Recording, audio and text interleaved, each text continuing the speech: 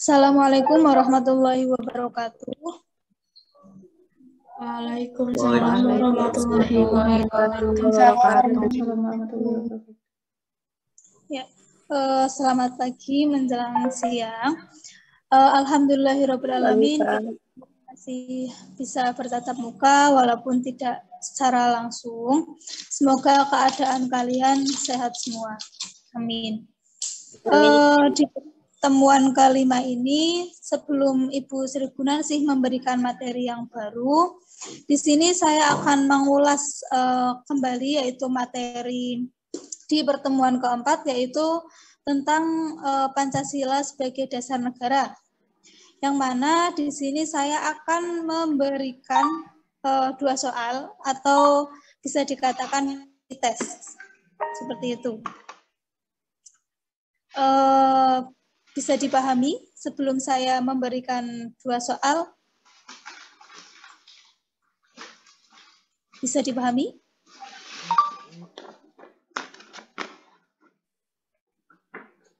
Ya. Di sini nanti saya akan berdua soal yang mana nanti akan oleh mahasiswa secara langsung di room Zoom ini. Seperti itu. Siapkan alat tulis untuk mencatat soalnya. Apakah sudah siap?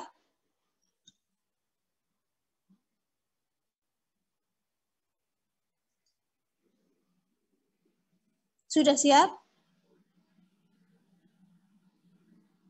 Insya Allah, Kak. Baik, ya. Pak. Ya, nomor 1. Apa yang dimaksud dasar negara? Dan apa dasar negara Indonesia itu?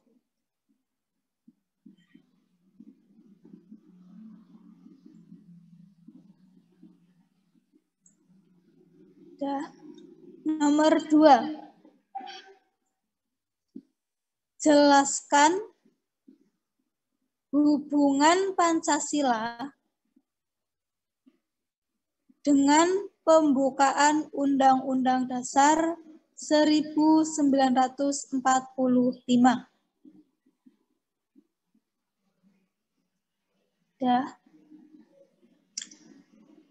Nomor 3.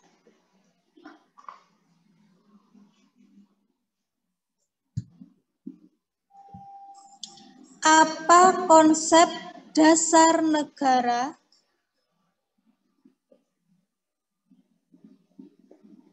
menurut saudara? Sudah? Ya. Dari 3 soal tersebut, silahkan bisa dikerjakan. Saya kasih waktu 5 menit. Setelah mahasiswa menyelesaikan soal tersebut, nanti akan dipilih oleh pengampu untuk menyampaikan jawabannya. Bisa dipahami? Bisa, Kak. Ya, silahkan bisa dikerjakan. Ya, baik. Untuk waktu sudah habis ya.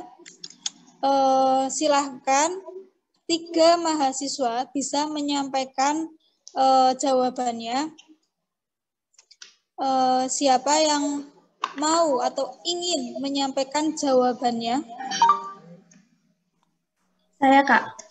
Kak, saya. Ya, silahkan Mbak Irviana. Iya, saya akan menjawab 3 pertanyaan tadi. Yang pertama, apa yang dimaksud dasar negara dan apa dasar negara Indonesia? Menurut jawaban saya, dasar negara itu merupakan salah satu pergumulan atau pemikiran dari para pendiri negara untuk menemukan landasan atau pijakan yang kokoh untuk di atasnya didirikan negara merdeka. Dasar negara juga merupakan landasan dalam penyelenggaraan pemerintahan suatu negara. Dasar negara Indonesia adalah Pancasila. Nomor 2, jelaskan hubungan Pancasila dengan pembukaan Undang-Undang Dasar 1945. Pancasila merupakan unsur pokok dalam pembukaan Undang-Undang Dasar 1945. Unsur pokok ini kemudian dijabarkan lebih lanjut dalam pasal-pasal Undang-Undang Dasar 1945. Pada sejarahnya, Panitia 9 berhasil merumuskan rancangan Mukadimah yang dinamakan Piagam Jakarta pada tanggal 22 Juni 1945. Kemudian pada sidang BBUPKI tanggal 14 Juli 1945 mengesahkan naskah rumusan Panitia 9 berupa Piagam Jakarta sebagai rancangan Mukadimah Hukum Dasar dan menerima seluruh rancangan hukum dasar. Lalu pada 16 Agustus 1945 selesai dirumuskan dan akhirnya rumusan Undang-Undang Dasar 1945. Lalu yang terakhir, apa konsep dasar negara menurut saudara? Menurut saya, konsep dasar negara adalah susunan, rancangan, ide, gagasan mengenai landasan bagi suatu negara dalam menyelenggarakan pemerintahan dan kehidupannya. Terima kasih, Kak. Terima kasih Mbak Arfiana. Silahkan selanjutnya, siapa yang mau menyampaikan? Tanpa saya tunjuk. Silahkan.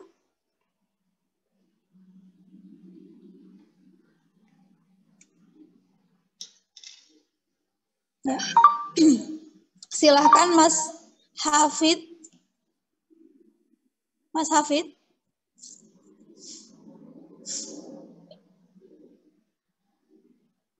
Ya. Oh iya. Ya Mbak Adinda, silahkan Mbak Adinda.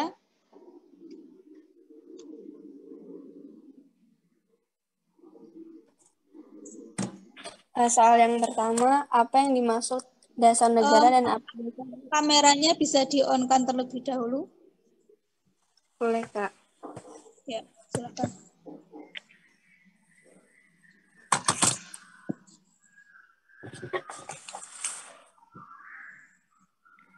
Dasar negara adalah suatu landasan kehidupan bagi sebuah negara. Dasar negara merupakan tonggak berdirinya sebuah negara.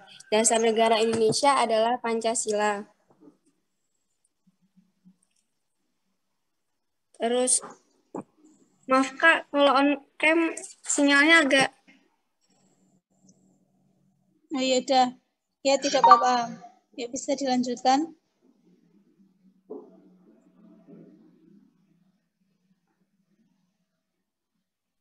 Untuk yang nomor 2, jelaskan hubungan Pancasila dengan Undang-Undang 1945. Ada dua hubungan. Yang pertama, hubungan secara formal. Adalah hubungan dari Pancasila dengan Undang-Undang 1945 dalam sudut pandang konstitusional atau peraturan yang berlaku sebagai berikut. Yang pertama, Pancasila adalah kaidah dasar bagi negara. Oleh karena itu, Pancasila dimuat pada pembukaan Undang-Undang 1945, maka Undang-Undang pun menjadi kaidah dasar negara. Yang kedua, Pancasila merupakan inti pembukaan Undang-Undang Dasar 1945 dan menjadikan undang-undang sebagai sumber hukum tertinggi dan Pancasila sebagai tertib hukum bangsa Indonesia. Yang kedua, hubungan secara material. Hubungan secara material maksudnya adalah bahwa semua bagian-bagian dari Undang-Undang 1945 harus selaras dan tidak bertentangan dengan Pancasila. Sebab Pancasila sendiri merupakan sumber dari segala sumber hukum. Oleh sebab itu, esensi dari Undang-Undang 1945 memuat atau dijiwai oleh nilai-nilai Pancasila.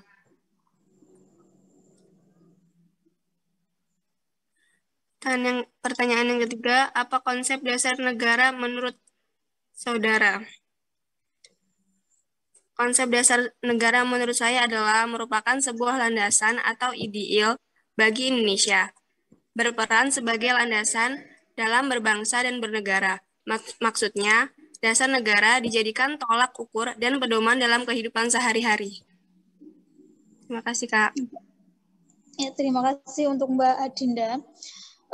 Silahkan satu mahasiswa lagi, cowok. Silahkan yang cowok, tanpa saya tunjuk. Saya, Kak. Ya, silahkan. Baik, apa yang dimaksud dengan dasar negara dan apa dasar negara Indonesia itu? Jadi dasar negara adalah segala sesuatu yang mendasari atau yang menjadi pikiran, jiwa, hasrat yang sedalam-dalamnya oleh suatu negara dalam mempertahankan kokohnya kedaulatan untuk mencapai cita-cita luhur bangsa. Dan dasar negara Indonesia itu sendiri adalah Pancasila. Kemudian soal nomor 2, jelaskan hubungan Pancasila dengan pembukaan UUD 1945. Hubungannya yaitu rumusan dasar negara Pancasila tercantum pada alinea 4 bagian terakhir rancangan pembukaan Undang-Undang 1945. Kemudian hubungan juga terdapat pada Pancasila yang dimana menjadi dasar hukum bagi segala bentuk regulasi yang terbuat atau tercantum dalam Undang-Undang 1945. Kemudian yang terakhir, apa konsep dasar negara menurut Anda?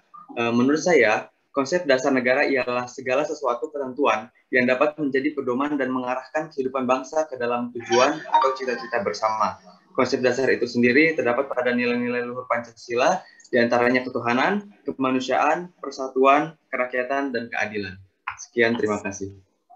Ya, terima kasih Mas Wahyu.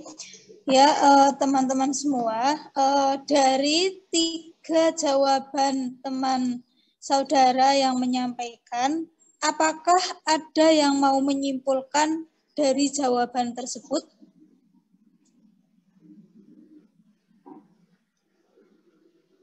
Silahkan, ada yang mau menyimpulkan dari jawaban 3 temannya?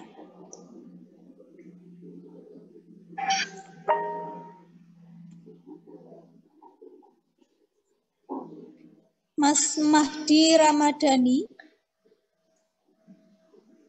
Siap, Kak. Ya, bisa disimpulkan dari jawaban 3 temannya tadi?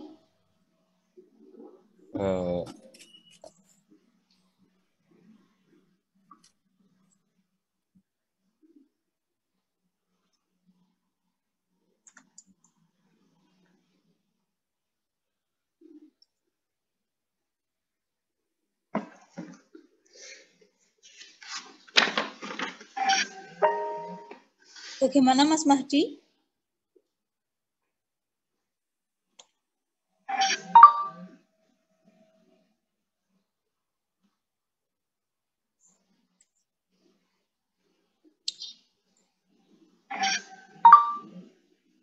Ya, bisa diganti Mas Chandra, Arum, Aryani,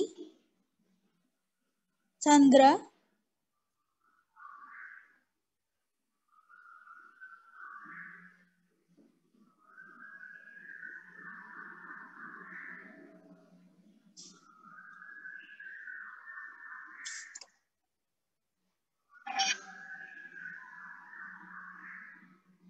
Devita Putri Maharani. Silahkan Devita. Iya, Kak. Silakan bisa disimpulkan. Baik. Disimpulkan bahwa dasar negara adalah landasan bagi suatu negara dalam menjalankan kehidupannya. Untuk hubungan Pancasila dengan UUD 1945 yaitu Muqaddimah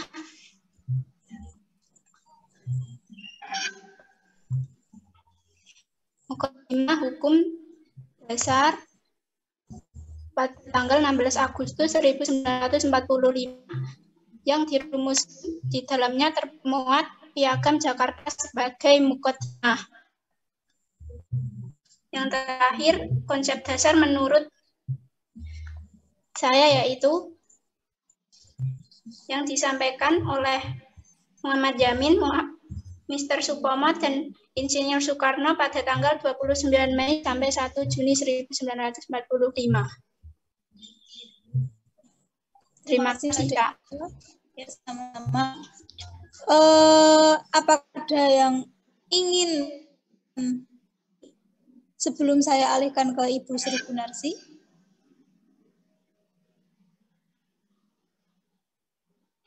Ada yang mau menyampaikan lagi atau tidak?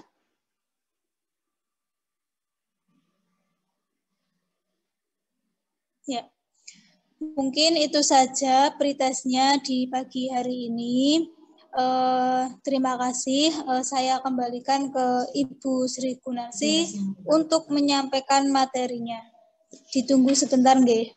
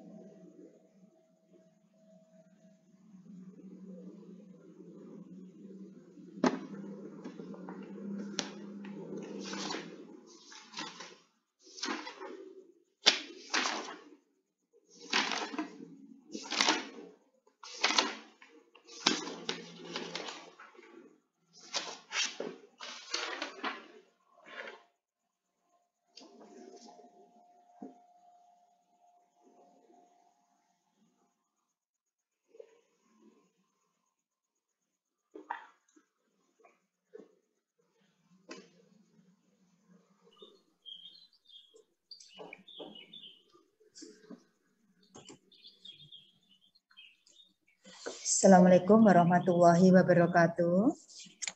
Waalaikumsalam. Sekalian, tadi apa itu bukan mengajarnya diganti Mbak Ida, bukan, tapi saya titip untuk pretest saja untuk membuka kuliah saya, begitu ya, perlu difahami begitu. Saudara sekalian, pagi hari ini Bu Bun akan menyampaikan materi Pancasila sebagai ideologi negara. Yang kemarin Pancasila sebagai dasar negara, sebelumnya Pancasila sebagai filsafat negara, sebelumnya lagi pengertian Pancasila, sebelumnya lagi sejarah Pancasila. Ya, sekarang Pancasila sebagai ideologi negara. Kita santai tapi pasti ya. Saudara sekalian, saudara jelas akan menunggu-nunggu apakah sebetulnya ideologi itu. Ya. Apa tuh sebetulnya ideologi itu? Kok penting untuk dipertahankan, untuk apa itu dibela-belain, untuk apa itu ditetapkan selamanya sebagai ideologi. Sebetulnya ideologi itu apa atau janjani ya? Sebetulnya apa atau janji ideologi kita apa itu namanya sakral sekali dalam bidang kenegaraan. Ya, saudara sekalian, ideologi itu sebuah keputusan bersama, sebuah negara sebagai identitas bangsa, ya, rasa kebersamaan sebagai bangsa Indonesia ini. Jadi ideologi itu sebetulnya, tak ulangi, sebuah gagasan besar, sebuah penegasan identitas bangsa, rasa kebersamaan sebagai suatu bangsa yang merdeka, yang berdaulat. Kalau Indonesia ya ideologinya yaitu Pancasila. Ngopo to kok diuplek-uplek ideologi dipertahankan sampai mati-matian, ya? Masih ingat agresi kedua Belanda? Agresi pertama setelah merdeka itu Belanda itu mau ngobok ideologi Indonesia, ya. Setelah merdeka Belanda itu mau kembali ke Indonesia. Sebetulnya apa tuh? Ingin ngobok-ngobok ideologi. Agresi kedua juga begitu. PKI tahun 48 juga begitu, ya. Ingin mengkeruas, memeras ideologi Pancasila menjadi gotong royong. 48 ya. Lantas 65 diulangi lagi, ya. ingin apa itu PKI menguasai, mengganti ideologi Pancasila, ingin mengganti ideologi menjadi ideologi Marxisme, ya proletar ya istilahnya. Kalau PKI dulu terkenal yaitu orang-orang yang apa itu orang-orang proletar, orang-orang yang melarat ya atau barisan proletar. Saat ini baru rame-ramenya bagaimana patungnya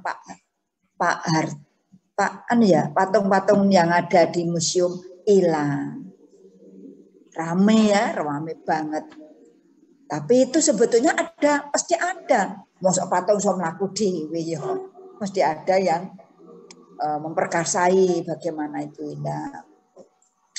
Bagaimana rame-rame orang dikatakan sebagai orang yang apa itu ekstrim ya, sebagai orang-orang yang golongan ekstrim ya, sidik-sidik ekstrim, sidik-sidik ekstrim ya toh. Iki janjane opo to jane ideologi. Ya.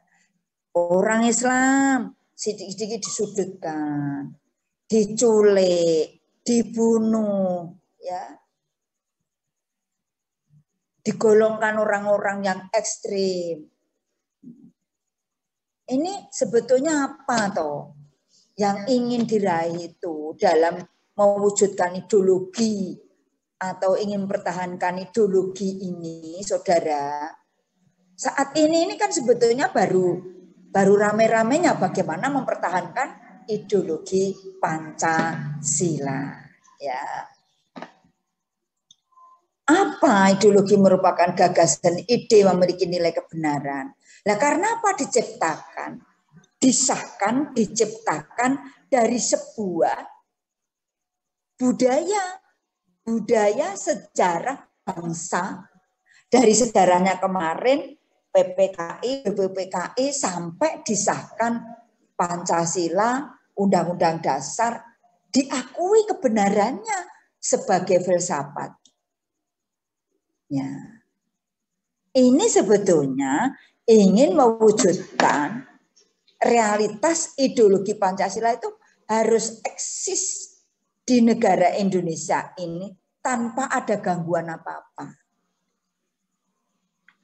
Lah, orang-orang yang ekstrim, maksudnya orang-orang yang disebut pemerintah itu ideologi ekstrim, kadangkala terjadi bahwa ideologi itu kadangkala saja itu apa itu sebagai alat untuk mengabadikan, melanggengkan sebuah kekuasaan. Ya, alat untuk melanggengkan kekuasaan, mbuh dalannya apa saja. Kadangkala ya disalahgunakan untuk melanggengkan kekuasaan. Sebuah kekuatan. Kadang-kadang jalannya bermacam-macam. Memfitnah, mengadu domba, membenturkan, ya, membuat budaya itu selang surup, membuat budaya itu hancur. Untuk mengkaburkan ideologi itu sehingga mudah ditumbangkan. Tapi Pancasila ini sakti ya saudara sekalian, karena memang sudah diakui bangsa Indonesia ini ideologi yang bisa menyatukan rakyat Indonesia ini Pancasila. Maka ideologi-ideologi yang di atas dunia ini bagaimana? Sosialisme, Marxisme, Leninisme, Maoisme, komunisme, ini bagaimana? Kok tidak menjadi sahabat? Oh, boten. Karena ideologi kapitalisme, sosialisme, komunisme, fasisme ini bertentangan dengan Pancasila. Kapitalisme contohnya, sekarang banyak kapitalisme. Indonesia ini bahkan setiap hari, setiap detik, setiap jam itu membahas tentang kapitalisme. Orang-orang yang punya duit, orang-orang yang punya kuasa itu menancapkan kapitalisme. Keuntungan sebanyak-banyaknya dengan modal yang sedikit-dikitnya, seminim mungkin kapitalisme. Keuntungan yang sebanyak-banyaknya dengan modal yang seminim mungkin. Ya. Lah, mengapa tidak sosialisme, tidak komunisme? Kalau sampai komunisme kita nggak punya hak individu, nggak punya hak, tidak punya hak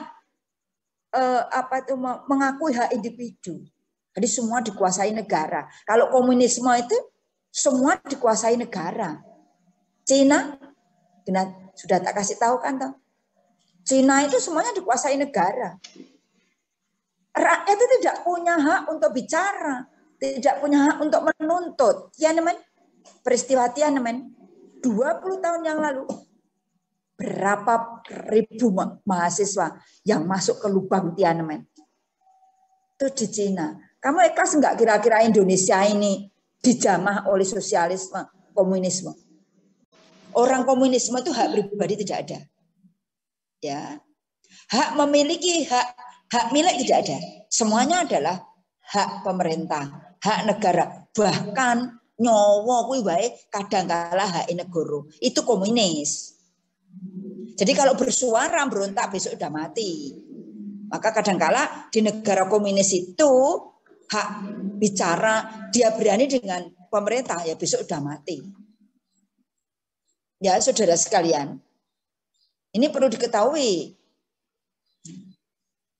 Jadi komunis itu kejam, maka ini harus berkali-kali Bugun mengatakan jangan sekali-kali bersahabat dengan komunis. Ya.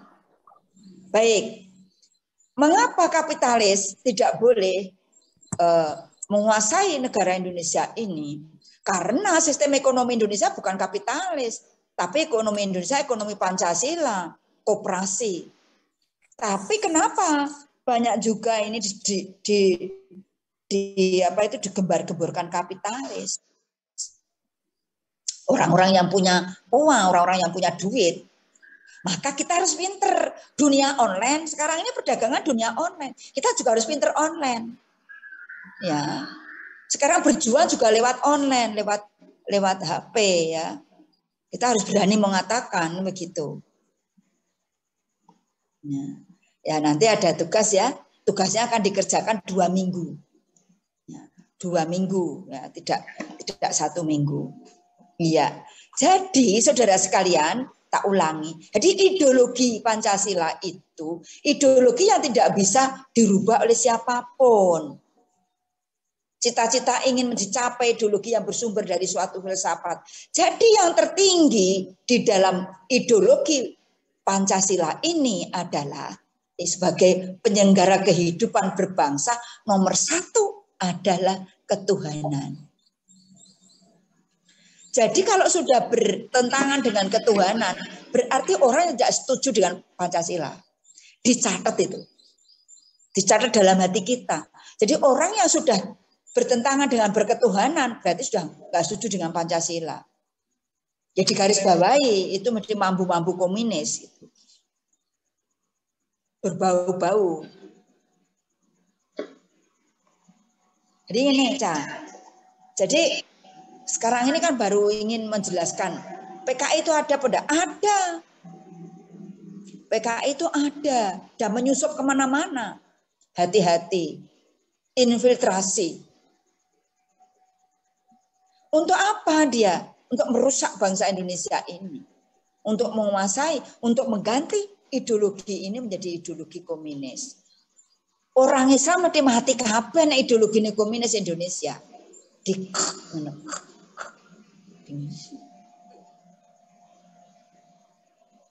Karena apa? Karena tidak mengakui adanya agama. Tuhan itu tidak ada dalam komunis.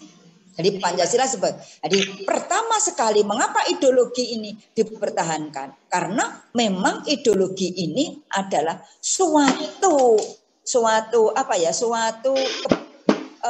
keputusan bersama. Seluruh rakyat Indonesia. Keputusan bersama seluruh rakyat Indonesia Yang diwakili waktu itu Bung Karno. Tapi kamu nggak usah bertanya, apakah Bung Karno itu berideologi komunis atau tidak. Kalau bertanya itu kalau nanti kita pas pertemuan tatap muka. Ya, nanti boleh langsung bertanya. Oke? Nah, jadi apa fungsinya, saudara? Ideologi itu fungsinya. Ideologi itu fungsinya atau identitas bangsa ini fungsinya untuk apa? Fungsinya apa, saudara? Untuk penegasan identitas. Ditegaskan identitas ini ditegaskan, jangan abu-abu. Rasa kebersamaan ini harus diwujudkan, tidak abu-abu. Tidak abu-abu itu tidak samar-samar. Nah, untuk mewujudkan ini ada 3 dimensi. Dimensi yang pertama yaitu dimensi realita. Boleh catat ya, di sini belum ada. Dimensi realita. Yes, dikirim. Yang pertama adalah dimensi realita. Apa itu dimensi realita? Yaitu akar masyarakat dan bangsa. Realita kenyataan bahwa ideologi Pancasila itu realis nyata dari budaya sejarah. Piye to Bugun ceritanya dari budaya sejarah. Nah, dulu kan sudah digali Pancasila itu berasal dari kata syaila ya, 5 aturan ya. Gitu. Nanti kalau kurang ya besok tak tambahi. 5 syaila, 5 aturan. Dan bahasa Sanskerta yang artinya Pancasila, syaila itu adalah 5 sila. 5 aturan dari bahasa Sanskerta. Besok kalau sudah kuliah terakhir tak tambahin itu. Jadi 5 aturan syaila bahasa Sanskerta, nggak boleh mencuri, nggak boleh membunuh, nggak boleh minum minuman, nggak boleh madon, nggak boleh apa itu berlebihan itu ya. 5 aturan dasar. Jadi realita, dimensi realita, kembali kepada masalah ya. Dimensi realita ini adalah akar masyarakat dan bangsa. Itu tendensinya adalah budaya dan sejarah. Nah, sejarahnya tak sampaikan tadi. Jadi Pancasila itu lahir mendadak sejak dulu sudah ada, tapi belum dikukuhkan sebagai dasar negara. Sekarang sejak merdeka sudah. Ya. Yang kedua, dimensi idealisme. Apa dimensi idealisme itu? Dimensi idealisme itu harus dipegang teguh dimensi idealisme ini. Tapi kalau enggak hilang.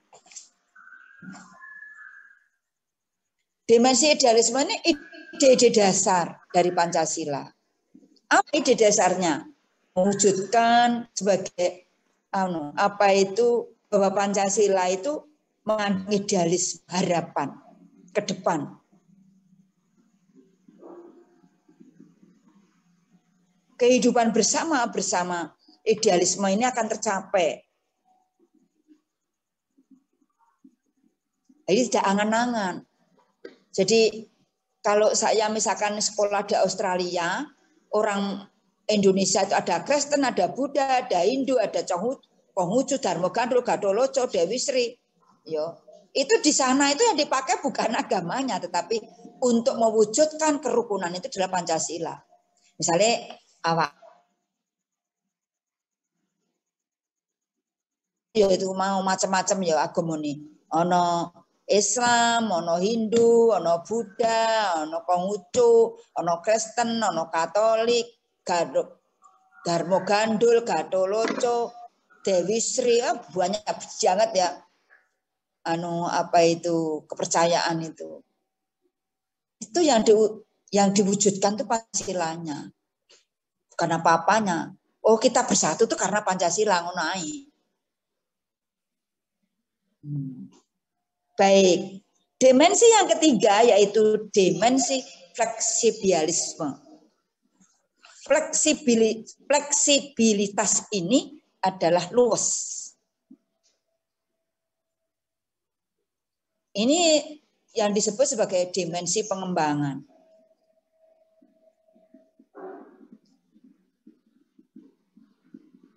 Mengembangkan kemungkinan pemikiran-pemikiran, bahkan merangsang pengembangan pemikiran-pemikiran yang baru, yang modern.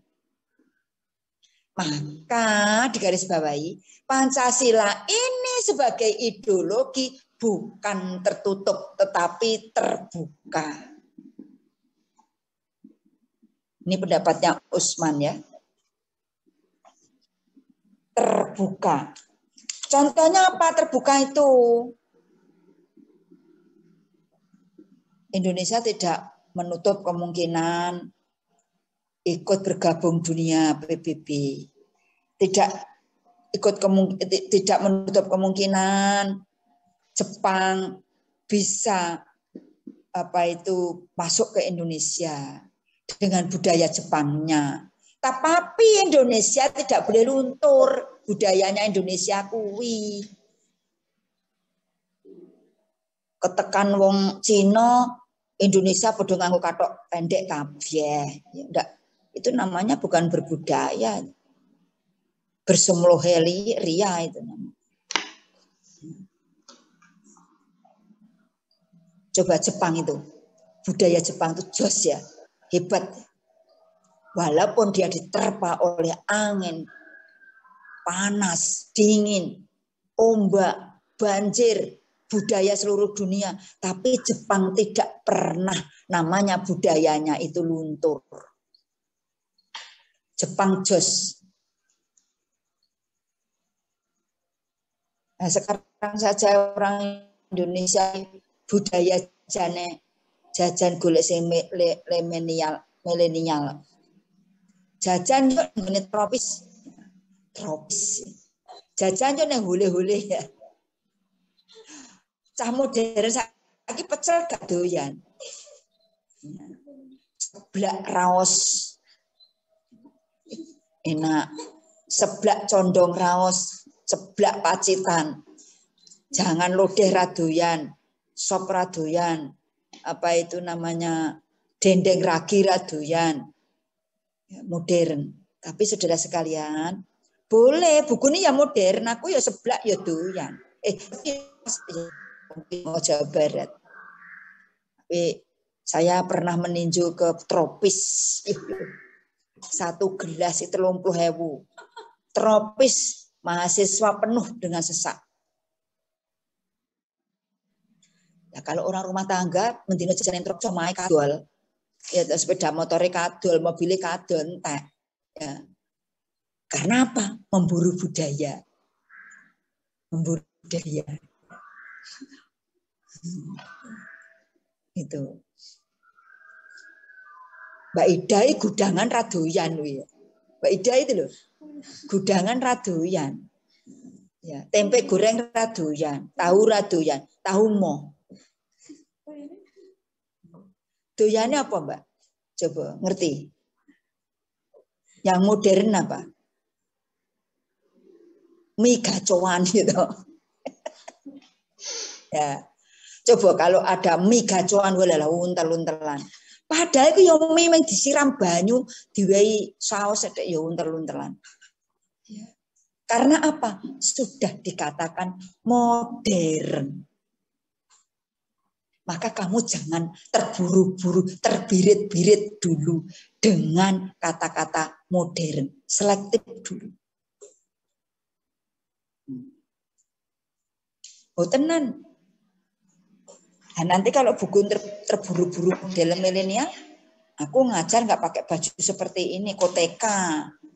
Ya, rambutnya tak abang hijau kuning, ruwe-ruwe. Kamu takut. Ya. Apa ini yang dinamakan modern? Tidak. Menurut Amin Rais, modern itu konsep berpikir. Konsepnya bagaimana? Alfian Tanjung mengatakan modern itu adalah konsep berpikir menelaah yang ada. Mampu mewujudkan telaah-telaah yang baru. Modern.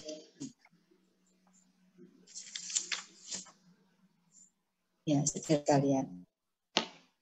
Ada lagi, maaf ya, perkawinan di Singapura, anak cucunya raja, kawin lanang dolanang kan ngopo?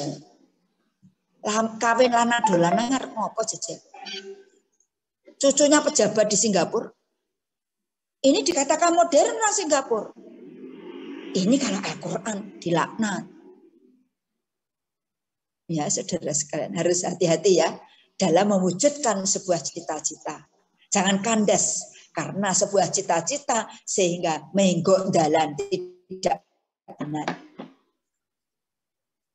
Fleksibilisme ini adalah kadangkala juga saudara sekalian adanya suatu pembeloan kalau ini tidak hati-hati.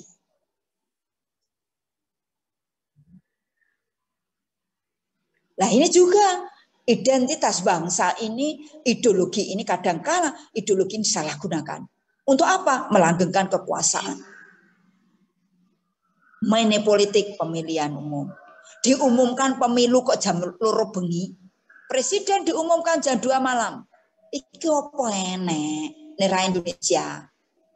Sak dunia ini enek.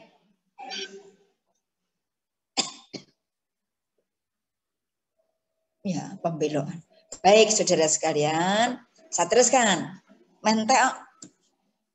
Jadi, saudara, makna Pancasila sebagai ideologi negara itu, sebagai ideologi nasional juga berfungsi sebagai sarana pemersatu masyarakat. Aku dan kau dan kamu bersatu ini sebuah ideologi. Baik, fungsi ideologi dibuka tulisanmu ya saudara. Membentuk identitas ciri kelompok bangsa. 2, mempersatukan bangsa Indonesia. Pancasila mengatasi berbagai pertentangan konflik. Yang ketiga ini buktinya apa Bu Gun? Lah nyatane Pancasila itu bangkit tahun 45, bangkit lagi. Tahun 68, bangkit lagi. 98, Malari bangkit lagi. Sekarang ini baru rame-ramenya bangkit lagi. Jadi macam-macam ideologi itu bermacam-macam. Ada ideologi komunisme, liberalisme, ya, sosialisme, komunisme, fasisme.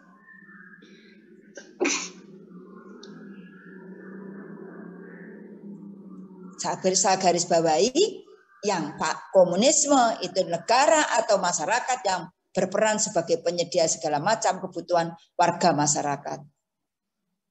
Di negara. Anak kuwi nek negara komunis kono ra entuk luwih kok siji. Nek bojomu meteng kudu digugurke negara.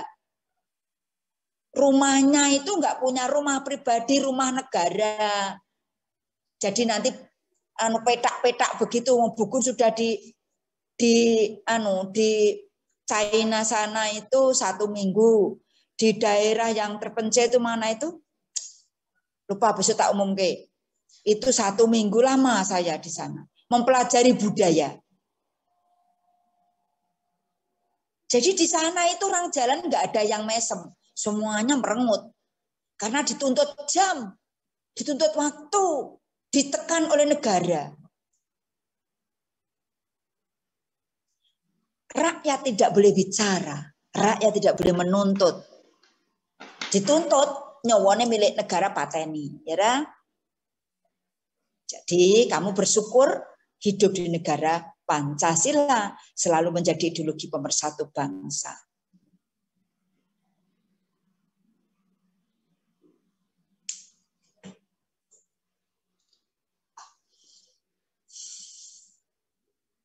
Ya, saudara sekalian, pada hakikatnya bahwa ideologi negara itu sebagai ideologi yang tidak boleh diubah oleh siapapun, walaupun kondisi Indonesia seperti apa.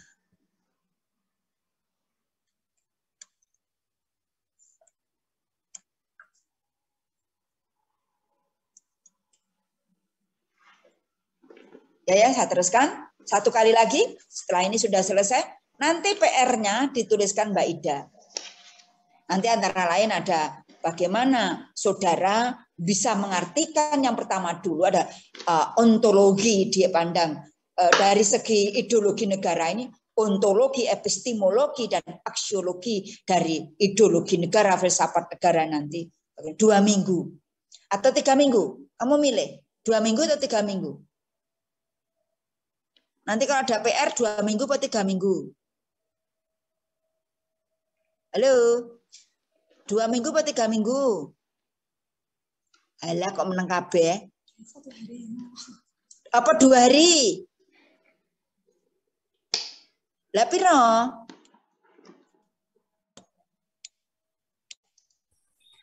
2 minggu, 3 minggu? 2 minggu atau 3 minggu? Hah? Berapa? 2 aja, Bu. 2? 3. Oh ya, 3, Bu. loh 3 minggu. Apa sesasi? Apa 1 bulan? Guyu. Nanti dikumpulkan di mejanya Bugun. Dikumpulkan di mejanya Bugun. Oke, paham ya? Dikasih alamat lengkap. Nama, nomor HP, ya. Tuh dikasih nomor. Nanti itu apa? Untuk mengumumkan nilainya. Baik, saudara sekalian, sudah azan. Ada pertanyaan, tanggapan? 1 orang saja. Laki boleh, perempuan boleh. Atau 2. Laki 1, perempuan 1. Silakan. Bu, saya mau tanya, Bu. Oh ya, siapa namanya? Tri Novaliano, Bu.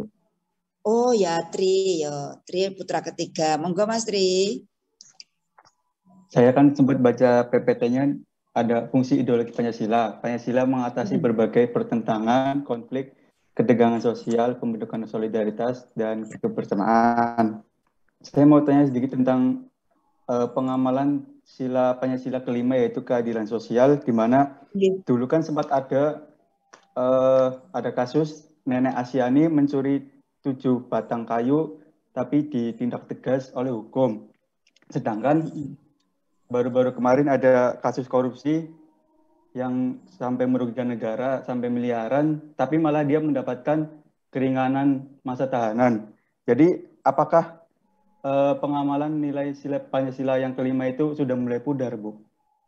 Karena banyak statement mengatakan bahwa hukum itu runcing ke bawah, tapi tumpul ke atas. Terima kasih, Bu. Sama, Mas. Aku pikiran ibu ya pada rawakmu. Pemikiran ibu itu sama ya. Di Indonesia ini kok hukum tok tajam di bawah ya, tumpul di atas ya. Saudara sekalian, maka ini perlunya generasi muda seperti Anda berjuang bagaimana mewujudkan keadilan. Kamu sakit enggak ketika KPK 53 dipecat? Sakit enggak? Halo? Enggak sakit? Oh, sakit, Bu. Tahu enggak? Orang-orang KPK yang terbaik dipecat itu tahu enggak? Tahu, Bu. Bagaimana tanggapan saudara? Ya, itu malah menurut saya anggota-anggota terbaik dipecat malah membuat kemungkinan korupsi semakin besar, Bu. Malah semakin bakal merugikan negara. Kalau kan itu anggota-anggota terbaik. Ya, kalau itu dipecat itu malah semakin membuat Indonesia merugi. Sik Tonde. Dulangi. Buku tadi nggak begitu dengar. Silakan, Mas. Pinter. Ya. Jadi menurut saya pemecatan anggota-anggota terbaik KPK itu malah membuat Indonesia rugi karena kemungkinan korupsi malah akan semakin besar, Bu. Nah, andeke kowe kok ya pinter. Kamu pinter atau menjawab?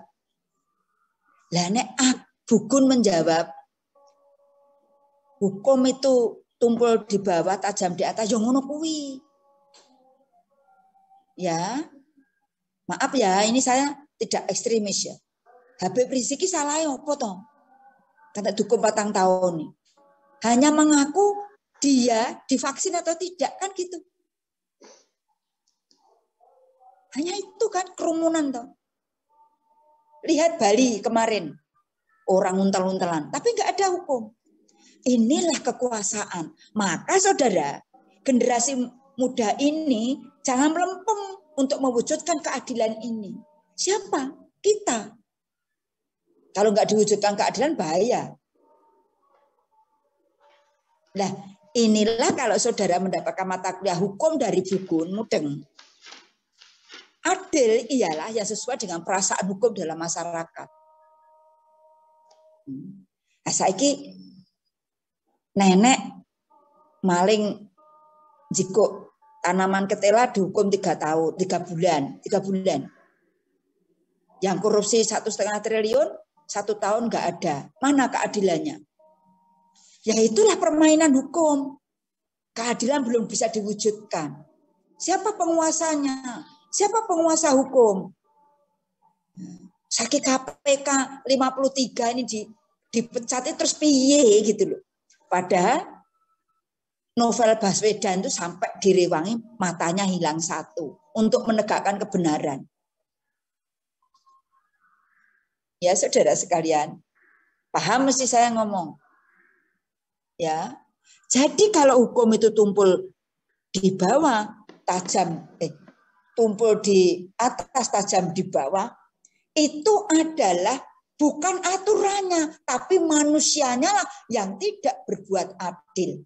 Hukumnya tetap mengatakan bahwa pasal 441 dihukum, tapi manusianya lah yang membuat abang hijau daripada keputusan itu. Maka hakim adalah yang menjadikan sebuah patokan untuk memutuskan hukuman. Di dalam Al-Quran, hakim itu berbahaya. Kalau tidak jujur, nanti yang pertama sekali, nanti yang diminta pertanggungjawaban adalah hakim. Jadi manusianya 6 personal yang dibunuh di 50 km. Sampai sekarang belum ketemu loh Mas siapa yang membunuh. Ya, itu apa? Ya manusianya. Tidak akan mewujudkan kenyataan. Maka itu kita berideologi Pancasila ini adalah berusaha bagaimana mewujudkan keadilan itu. Nah, keadilan yang seadil-adilnya itu hanya Tuhan. Manusia tidak bisa. Jadi di dunia ini yang ada yang benar disalahkan, yang salah dibenarkan itu kalau sudah mentok itu adalah usaha manusia. Saya sendiri juga nggak terima, Mas. Ya, saya sendiri nggak terima. Tapi mari kita dari yang sedikit ini, dari yang 50 gelintir ini, nanti ada yang berjuang di pemerintahan untuk menegakkan keadilan. Ya, Mas Zainal ya, jadilah DPR. Baik mungkin di DPRD atau DPR pusat. Amin. Amin. Billahi taufiq wal hidayah. Wassalamualaikum warahmatullahi wabarakatuh.